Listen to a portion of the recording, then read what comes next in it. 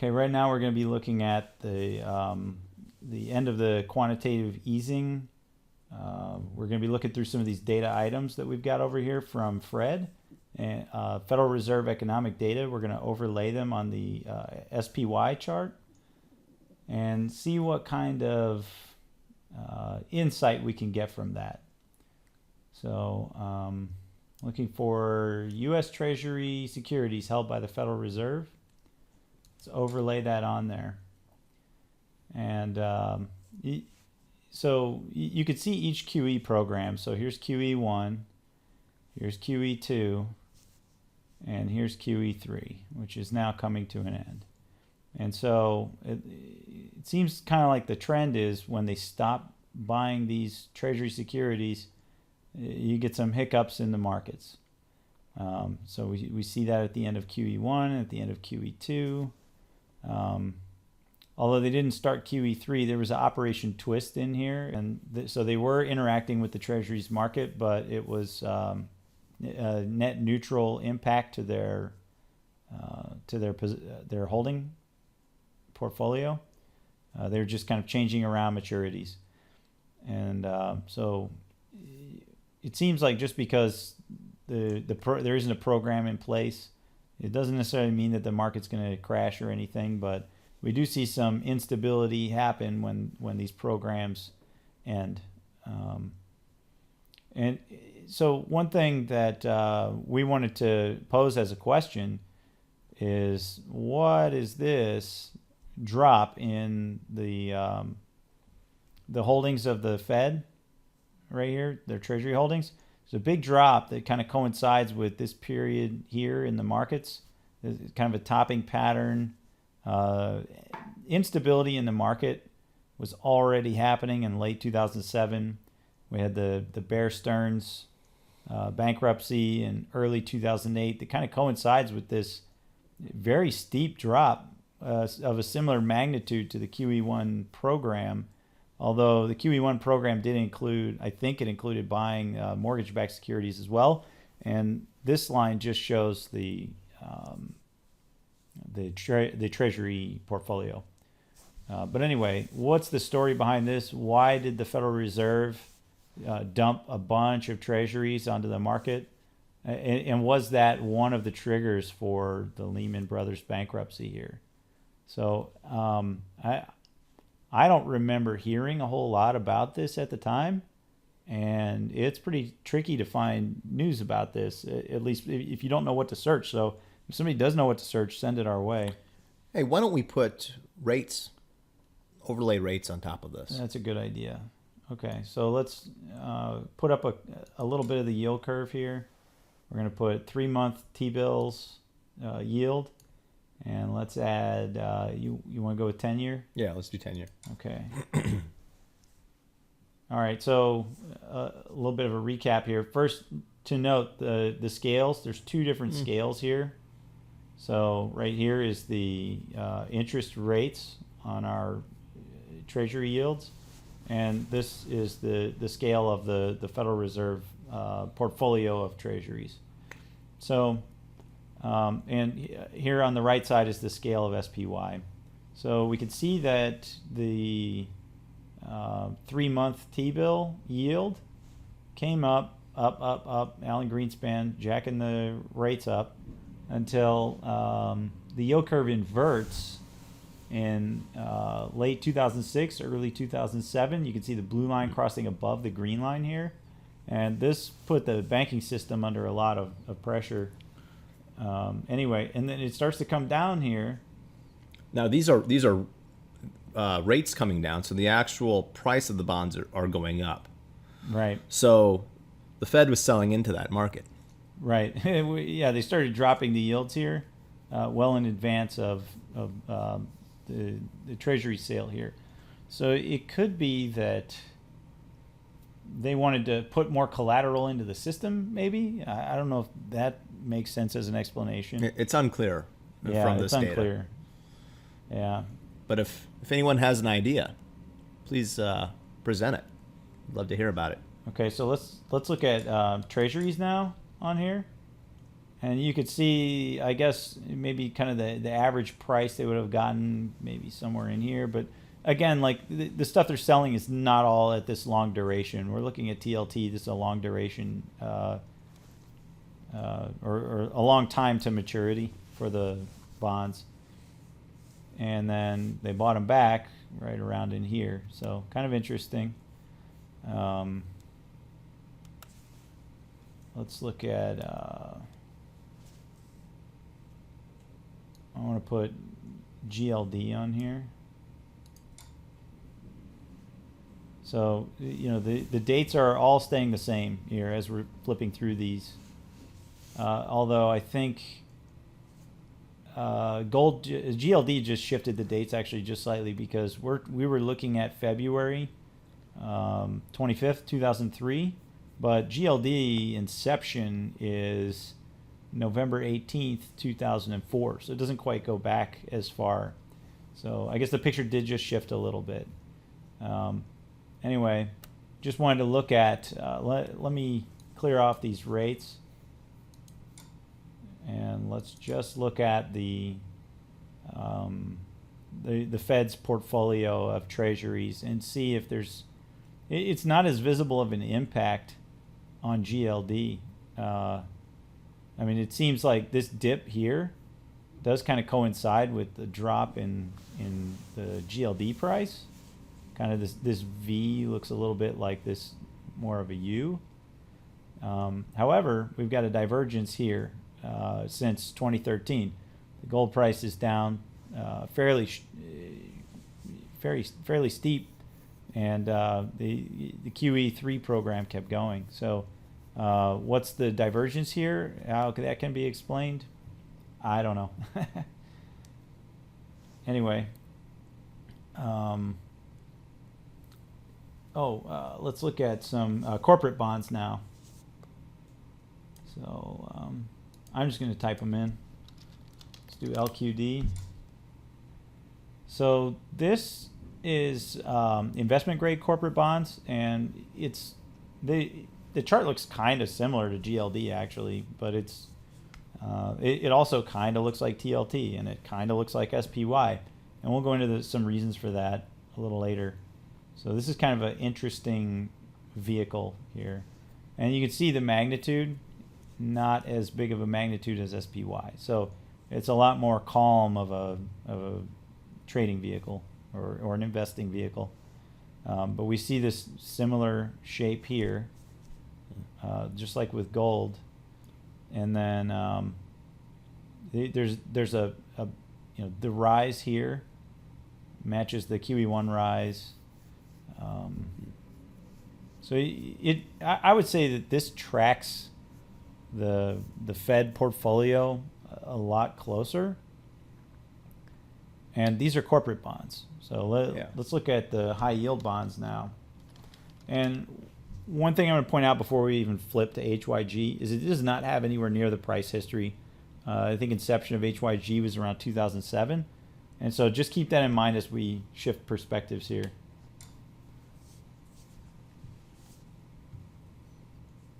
So again, very similar. And when QE2 stopped, quite a bit of turmoil can be seen in HYG. So the Fed portfolio that we're looking at here does not include corporate bonds. So the reason, though, that corporate bonds are impacted is because the pricing of corporate bonds is a derivative of the pricing of treasuries and the pricing of stocks. Right. Corporate bonds will always have to have a higher yield than treasuries, right? I'm not sure that it ever crosses, because who would you rather lend to? Would you? I think people would always have a preference at the same interest rate to lend to Uncle Sam, who can come up with the money to pay you back, whereas the company can pay, declare bankruptcy, and you're not going to get your money back. There's more inherent risk with investing with a company and lending to a company than there is lending to the government. Right. So in that extra risk, should manifest as a risk premium or a higher interest rate. So, and it is higher risk. You can see the drawdown here. Let's look at these numbers. The maximum drawdown here is 36% on HYG. This is, and by maximum, this is the biggest drawdown that happened in the past. It's not like a theoretical cap. Let's flip to the TLT, and I'm going to set the date to this date so that when we change, we'll have a similar, we'll be looking at the same time period. So I fixed the date to inception of HYG, and the drawdown, not as steep. I'm not sure if the drawdown is from here or from here in 2013, but it's probably this drawdown in 2009 when the yield spreads just became obscene. So that's kind of interesting. So all these markets are related, and one of the ways that I like to think about it is like why are stocks related to the pricing of stocks? Why are they related here in all this? Because a company, once they sell the shares, why would they care if they go up and down? Well, they do because it's their credit score. So the bigger the market cap of a company, the easier it is for them to get really competitive interest rates. So a lot of times your investment grade corporate bond ETF constituents in the LQD, these are bigger cap companies typically than the constituents of HYG, which is a high yield bond fund. So this is, I typically think of this as lending to small caps, and this as lending to big caps. And just real quick, kind of a little bonus. Let me clear off the Fred, and we'll show you guys an interesting little relationship that we found. So if we put SPY and TLT in here as 50-50 components of a portfolio. So what this means is we're pretty much keeping our portfolio as half SPY and half TLT. And if they get out of balance, then we're going to transact and trade in the market and rebalance them back to 50-50. And this is what that portfolio would look like without taking into account transaction costs. And now compare that portfolio to HYG. Very similar looking graph. I'm kind of flipping back and forth. And now let's price that portfolio in terms of HYG. And it looks like that. So pretty stable. This is not a very large scale here. And so, and when the market has an extreme move, then you'll see some movement here. But so one takeaway that you could get from this is the pricing of lending to small caps is very much based on the price of the broader stock market and the government bonds. So that to me is a very interesting relationship. So what's the tail wagging the dog? I'm not sure. I mean, I think all of these are factors in the pricing.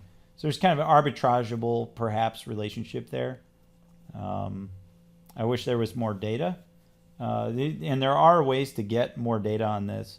Vanguard has some funds that go way further back that you can use to test this out, but we're not going to plug those in right now. So what's the next thing we wanted to talk about? Big moves of the week. Oh, okay, yeah. Macro moves. Let's get into that. So I'll flip to our macro ETFs workbook. Let's set our date to this week. There we go. And let's do a sort. We want to look at the big up moves or the big down moves. What do you want to start with? Well, let's start with the up moves. Okay. So Brazil, big price rise. BRF. That's really interesting because they had a key Small political. caps Brazil. Sorry, go ahead. Well, they had a big election. The incumbent president was reelected. I'm drawing a blank on the name, but it wasn't seen as a positive move for Brazil business. Oh yeah, didn't they like gap down or something? But Yeah, it did. Japan sold off a lot of Brazil. Yeah, but I wonder what night that was because it seems like maybe that was a bottom overnight. So at the top of the list, we've got Brazil small caps, and Latin America. And here's Japan. This is really interesting. Yeah, this is big news right here too. The EWJ gapping up like this. So this gap up in Japanese stocks is because the Bank of Japan came out with a big announcement about they're going to start a new asset purchase program. Yeah, quantitative easing program. In Japan. right when the Fed winds down theirs, here comes the Bank of Japan. So the name that we're going with this is pin the tail on the donkey monetary policy. So which country is the donkey? I guess it's not the U.S. anymore. It's Japan. So. Yeah. So the president, Dilma Rousseff, is her name, and she was seen as a non-pro business leader. She'd been leading Brazil recently, and they've been having economic trouble. So when she was confirmed to have another 4 years in office, it was seen as quite negative, and things sold off overnight. And this was October 27th. Okay. So I guess another interesting thing here is that the Brazil stocks are up for the week, the big caps, more than the small cap ETF. Yeah. And I see, looking down the list here, a similar thing with Japan. So here's the Japanese ETF. It's up 12.5%. And the small cap Japanese stocks are up just slightly less. And so we're not seeing like higher beta out of the small caps here in these countries with big moves. And nor are we seeing a lot of accuracy in the reporting here either, right? The market analysis initially, there was a dip because of the election, and but the aftermath, things have picked up nicely. Maybe there were some bargain hunters that jumped at it, but when Brazil was tanking, they were trashing Rousseff, and now that Brazil is doing well, they're saying something different. So it's the consistency is poor here. They're flipping their script based on what the market. Really, exactly. The markets was driving their story, not necessarily some fundamental digging around in details. The tail wagging the dog of the kind of journalists. So this was kind of a surprise to me. A natural gas ETF. I mean, natural gas has not been down like oil, and so to have it up 12.5% this week, and this is really an underdog ETF. I mean, it is just systematically does poorly because when you're buying this, you're paying the market to store natural gas for you, and you're rolling on a monthly basis, basically. So not really a good thing to be carrying along. I mean, except this week it is. So that I guess is interesting, and it may have something to do with some of these next items on the list. BKF, this is the BRICS ETF. Let me just double check that. Yeah, BRICS. So Brazil, Russia, India, China. I don't know why this is. Okay, and then just down the list, there's China and there's Russia. So Brazil is the biggest part of that being up, but I mean, these other components of it are up quite a bit. So here's India. up 4.5% for the week. This is South Africa, I think, up 4.5%. Yeah, South Africa. Okay, and IWM, I skipped over IWM, but this is the U.S. small caps. It's the Russell 2000. So 2,000 stocks in the list. One thing is I want to look at. Let me make a ratio chart here. I want to price the Russell 2000 in terms of the S&P 500 because we put out a tweet early in the week that the bounce. I'm probably overlooking SPY. The first half of the bounce had a lot more breadth to it than later on, and I just want to kind of check in on that relationship and see. Let's back this up and look at a little bit longer dates.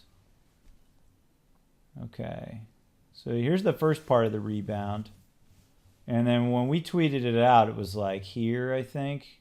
So but the market kept going higher, but the SPY started outperforming the Russell small caps for the second half. But now the small caps seem to be powering ahead again. So that's just really interesting to watch. I know we're like very zoomed in here, but we're still kind of trying to analyze what's going on very recently. So flipping back to there, and let me clear off the SPY out of the denominator. And we could price anything in this list in terms of the SPY by doing that if we wanted to. Okay, so I think we've sort of got the theme of what's the top performers in the macro space. Let's flip it around and look at the weaker performers. So who's down the most? We're going to flip our sort to ascending. Oh yeah, junior gold miners. So this is really interesting. So we've got commodities at the bottom.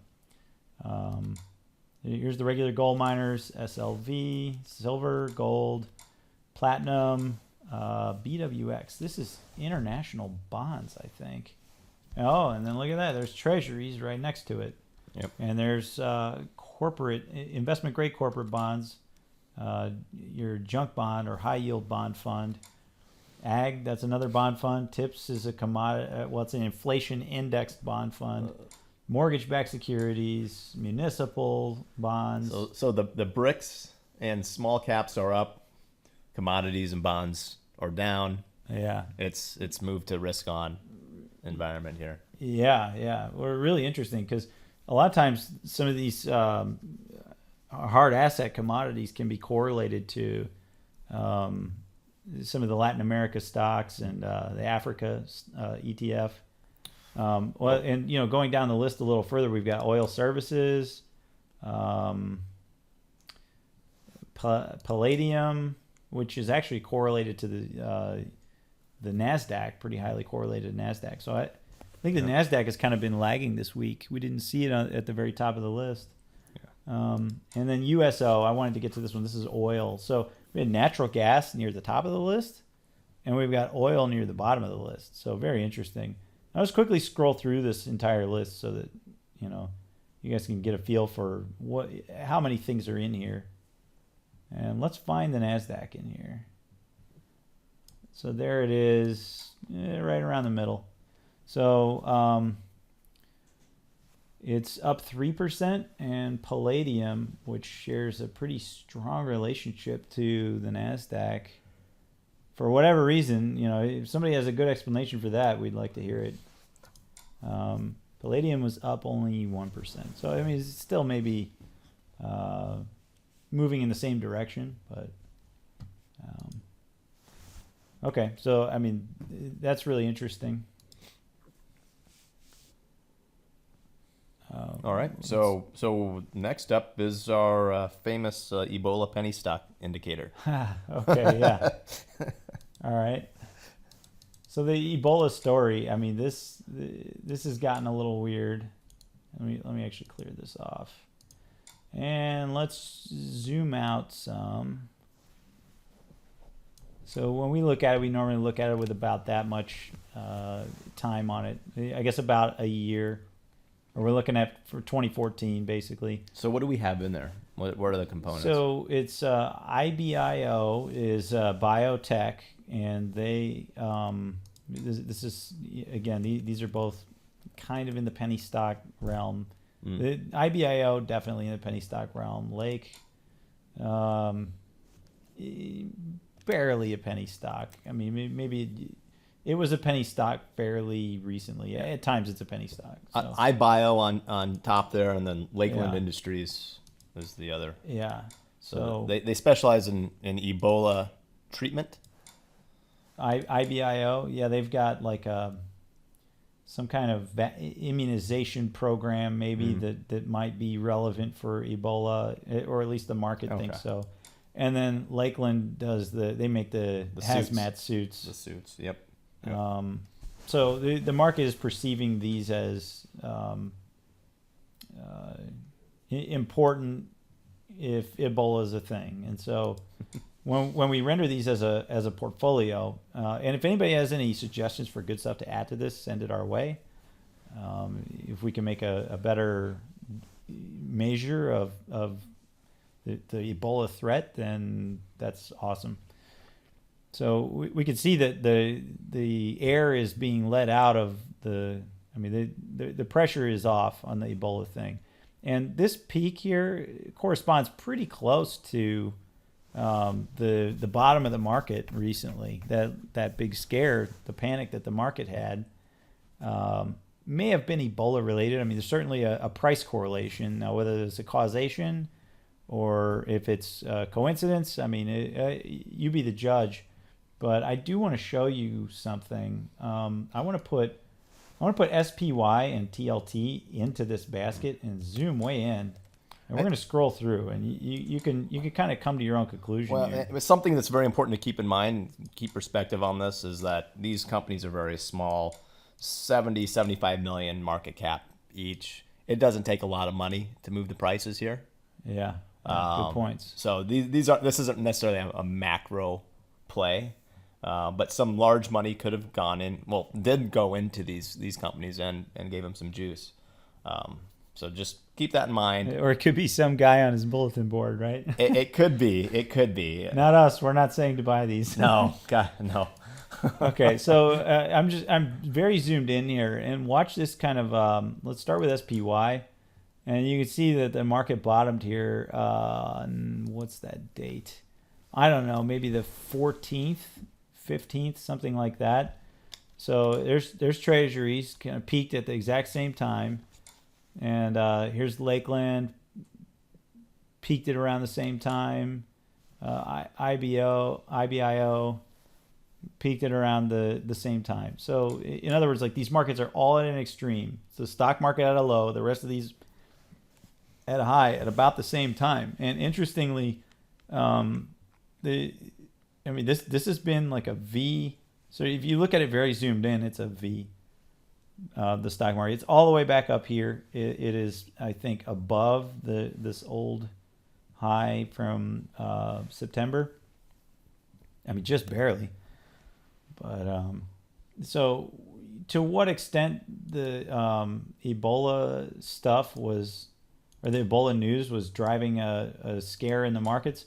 Certainly possible. I think right around this time is when the news came out. I'm just going to bring this up real quick.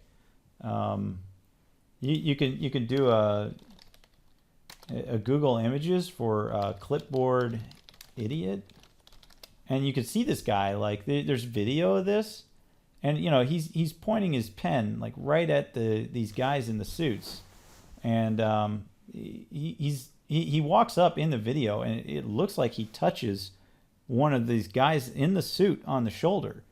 I mean, he's standing very close. Here's the patient, I guess, in the yellow suit.